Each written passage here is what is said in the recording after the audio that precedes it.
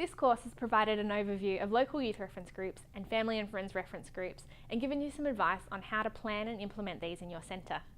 It's also pointed you to some useful resources such as the Youth Participation Handbook, which can help you in this. Now let's hear from Shireen, who is a member of the Family and Friends reference group at Headspace National.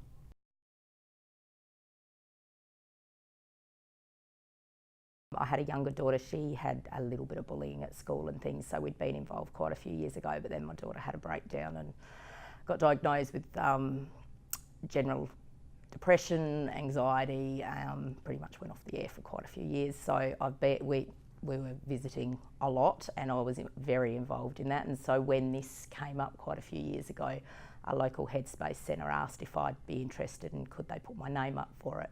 So even though we didn't have a local one, they thought that, you know, my interest and involvement on a local level, that I'd sort of expressed that more people needed to know about Headspace and more kids needed to use it, that I'd be a good candidate for that to, you know, just represent country regions, I suppose, which is a good thing. So that was where it all came from originally.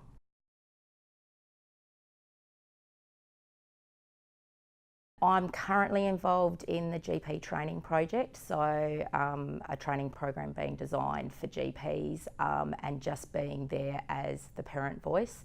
It was something that during our sessions with the general group that we had, I'm probably one of the least experienced in mental health. I'm just a parent. I'm, you know, a mortgage broker. I'm finance Excel spreadsheets and God knows what else, but I have no idea on mental health. So I'm a good, I suppose, touching point for the general population of what makes sense. So my role on that is just to say, are you involving parents? Because in my opinion, that is one of the most important things, that, you know, the parents and the friends are the ones that have got to pick up the people suffering from these issues, and they can only see Headspace or psychologist or GPs once a week, twice a week tops. The parents are there for the rest of the time. So I'm a big advocate for saying, you know, look, handouts, anything that you can give a parent will help the person suffering.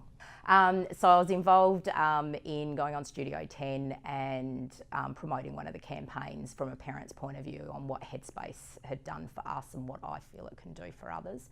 Been involved with projects feedback-based for the Headspace website and things like that, so just getting an opinion from a parent's point of view, is that appropriate and is that helpful, and all of those things.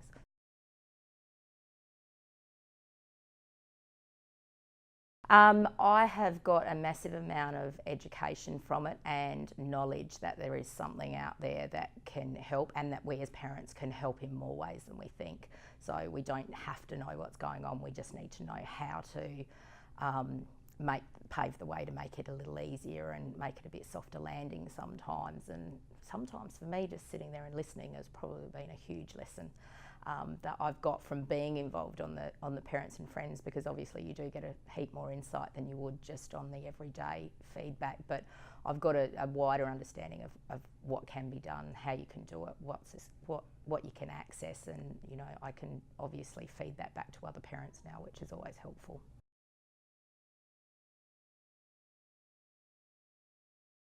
From my experience being, I've had lots of parents contact me over the past couple of years that I've been involved, and I think just having someone to talk to that knows what you've been through is a godsend.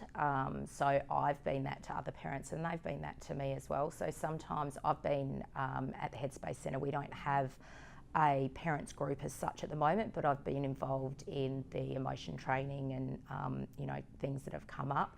And just a coffee afterwards has been wonderful, just to brain dump, and it's just that emotional support, and, you know, having someone else there knowing that you're not the only one that's been going through it is, you know, ever so helpful.